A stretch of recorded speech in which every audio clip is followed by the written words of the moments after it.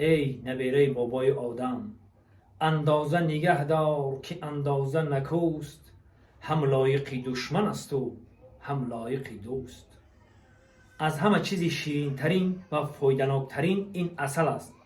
ای اندازش زیادتر روخه قرتک تا می سوزانه و تخترین چیز می شود. سخن دانسته گوی تا دوست را دشمن نگردانی. زی حرفی بی تأمل آشنا بیگاه نمی گردد. زبان در دهان نگهبانی سر است. دیگه پرو من استادا گفته بحریمو ای قدیم الایام گفتن و گذشتن رفتن. برای همین میگه هر کی ناموخت از گذشته روزگار، نیز ناموزد ز هیچ آموزگار. با آموزید برادران، زبانتون نگاه دارید. خداوند نگهبانتون.